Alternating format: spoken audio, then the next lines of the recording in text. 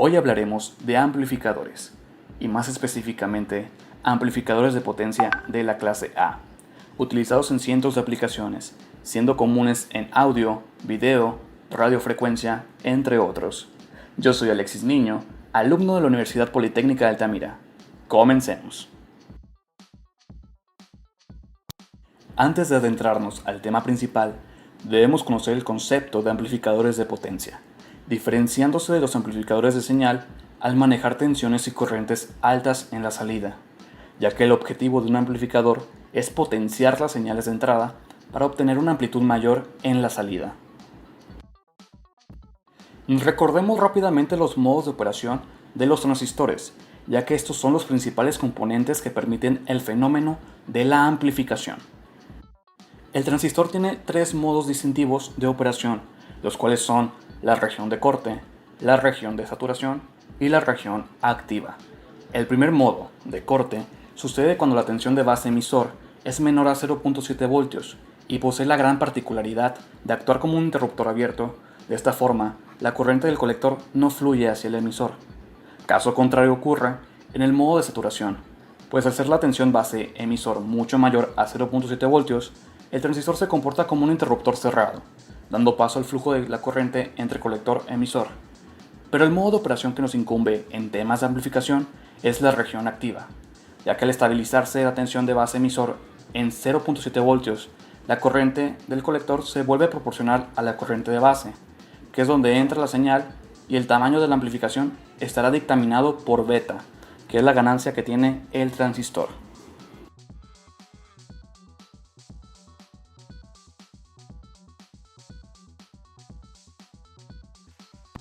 Los amplificadores se clasifican en clases, de acuerdo con su construcción y características de operación. Tendremos dos conjuntos principales de amplificadores de potencia que separan las clases de acuerdo a su funcionamiento. Por un lado, tenemos el conjunto de amplificadores de ángulo de conducción controlados, y por otro lado tenemos los amplificadores de conmutación. En la siguiente tabla tenemos ordenados los dos conjuntos de amplificadores ya mencionados, las clases que conforman dicho grupo y una breve descripción del mismo. En el primer conjunto de amplificadores de ángulo de conducción tenemos las clases más comunes de amplificadores, las cuales son la clase A, la clase B, la clase AB y clase C. Este conjunto se caracteriza por establecer conducción en alguna parte de la forma de la onda y por deducción cada clase trabaja a diferentes longitudes de onda. En el segundo conjunto de amplificadores de conmutación tenemos las clases D, E, F, G, entre otros. Estas clases de amplificadores utilizan circuitos digitales para cambiar los estados de señal entre on y off, de ahí el nombre de conmutación. En este video nos enfocaremos a explicar la clase A, así como presentar su diseño, ventajas y desventajas.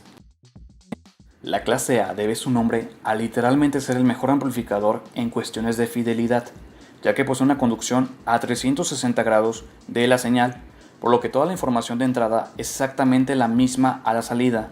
Sin embargo, para lograr esto, se ocupa que el transistor trabaje todo el tiempo en la región activa, marcado en la gráfica como el punto Q, por lo que se encuentra encendido en todo momento, e incluso en los instantes en que la tensión de entrada es igual a cero, el transistor continúa consumiendo corriente, siendo esta la principal causa de que el transistor siempre esté trabajando a temperaturas altas, disipando la mayoría de la potencia mediante el calor.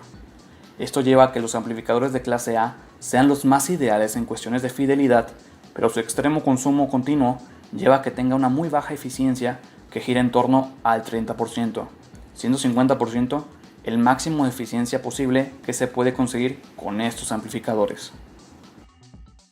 Se pueden distinguir dos tipos de configuración en la clase A, según el acoplo con la carga. Tenemos el primero de la izquierda, que es el acoplo directo a la carga. Podemos ver que la carga RL está directamente conectada a la fuente de alimentación VCC y el colector. Y del lado derecho, el acoplo por transformador, en donde se hace uso de capacitores y en la fuente de alimentación se conecta una de las terminales del transformador y en el colector del transistor se conecta la otra terminal. La segunda espira del transformador conecta directamente a la carga. Hablemos del acoplo directo a la carga y la formulación de este circuito. Primeramente tendremos que establecer el voltaje máximo del circuito, que se refiere al voltaje colector-emisor, que será igual al voltaje de la fuente. Esto indica que lo máximo que se puede incrementar la amplitud de las señales en términos de voltaje será delimitado por la fuente de alimentación VCC. La segunda tensión, la tensión CEQ, nos indicará el voltaje del punto Q que vimos en la gráfica de la linealidad. El punto Q es el parámetro que debe estar estable para que el transistor pueda actuar como amplificador. El voltaje colector-emisor del punto Q siempre será la mitad del voltaje del colector-emisor, y esta proporción la obtendremos ajustando los valores de las resistencias R1, R2 y la misma carga. Hablando en términos de corriente, usaremos la famosa ley de Ohm. Del lado derecho se muestra un triángulo con las variables que nos ayudarán a recordar las ecuaciones. Por lo tanto, la corriente del colector será igual al voltaje de la fuente dividido sobre la carga RL. Para obtener el valor de la corriente del punto Q, haremos lo mismo que el voltaje Q, dividir en este caso la corriente máxima del colector entre 2. En dado caso que conozcamos los valores de la tensión y de la corriente y busquemos el valor de la carga RL, simplemente aplicaremos ley de Ohm para encontrar la resistencia, en este caso de la carga, que será igual al voltaje de la fuente sobre el valor de la corriente del colector. Pasamos a las potencias en el circuito. En este circuito amplificador encontraremos diversas potencias. Las que generalmente se utilizan más son la potencia de la carga o de salida, la potencia disipada y la potencia de la fuente. La potencia de la carga será la potencia final que entrega el circuito, es decir, el incremento de las variables de tensión y corriente que se le aplica a la señal de entrada. El valor de la potencia de carga la podemos encontrar multiplicando el cuadrado de la corriente eficaz por la carga. Pero para términos más prácticos y sustituyendo factores, obtenemos que la potencia de la carga será igual al cuadrado de la tensión de fuente sobre 8 veces la carga. La segunda potencia es la potencia disipada, parámetro importante en los amplificadores de clase A, debido a que ya mencionamos que esta clase de amplificadores están constantemente en funcionamiento, por lo que cuando hay señales nulas en la entrada, el transistor debe ser capaz de disipar esa potencia de alguna manera. Generalmente lo hace en manera de calor. Para calcular el valor de la potencia disipada, multiplicaremos los valores de tensión y corriente del punto Q del transistor, es decir, la tensión CEQ por la corriente CQ. Sustituyendo factores, obtenemos como ecuación final que la potencia disipada es igual al cuadrado de la tensión de la fuente sobre 4 veces la carga. Comparando ambas potencias, PL y PD, podemos observar que la potencia que disipa este amplificador es mayor que la que otorga en la salida. Como última potencia tendremos la potencia de la fuente, la cual obtenemos su valor multiplicando el voltaje de la fuente por la corriente del punto Q. Volvemos a sustituir factores y tendremos que la potencia de la fuente será igual al cuadrado de la tensión de la fuente sobre 2 veces la carga. Un parámetro usado comúnmente en electrónica de potencia para conocer qué tan viable es un sistema o un circuito es el rendimiento. Este nos indica qué tanta energía es realmente útil respecto a la aplicada en el circuito. El rendimiento se puede representar con la letra griega eta o con la letra mu dependiendo del autor. Y para obtener el porcentaje de rendimiento se divide la potencia de la carga PL sobre la potencia de la fuente PCC. Resultado que obtendremos en decimales y no puede ser mayor a 1 debido a leyes físicas de conservación de la energía. Dicho resultado en decimales se multiplica por 100 y obtendremos el porcentaje de rendimiento. Para este ejemplo hemos dividido potencia de salida y potencia de la fuente, lo cual nos da un rendimiento de apenas 25%. Rendimiento bastante bajo y costoso para un sistema de amplificación. Una manera de mejorar el rendimiento de los amplificadores de clase A es acoplando un transformador, de modo que el circuito de amplificación conecte primeramente a un transformador antes de llegar a la carga. Tal como podemos ver en el gráfico inferior, seguramente te preguntarás, ¿cómo es que un transformador puede mejorar el rendimiento del circuito? La respuesta es sencilla, ya que no es el transformador como tal el que mejora el rendimiento, sino que son sus características de impedancia e inductancia las que habilitan una mejor gestión en el circuito.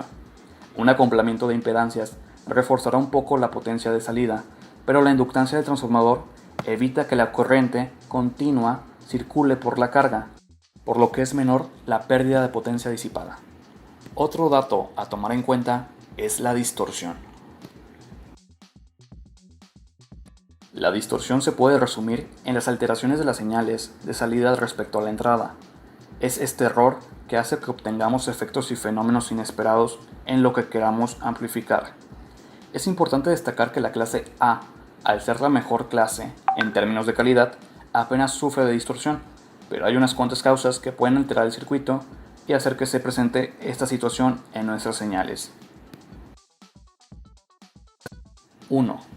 La no linealidad de las características del transistor.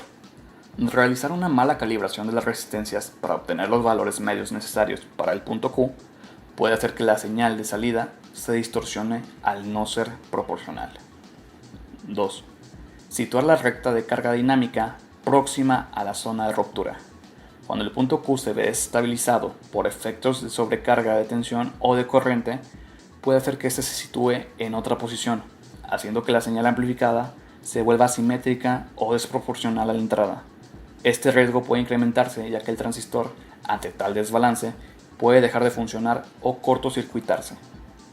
3. Disminución de la ganancia de corriente con el aumento de la corriente del colector. Cuando se sobrepasan los valores de seguridad en el circuito, el transistor se puede volver defectuoso y provoca que el circuito se abra en ciertas longitudes de onda, por lo tanto obtendremos una señal distorsionada. 4.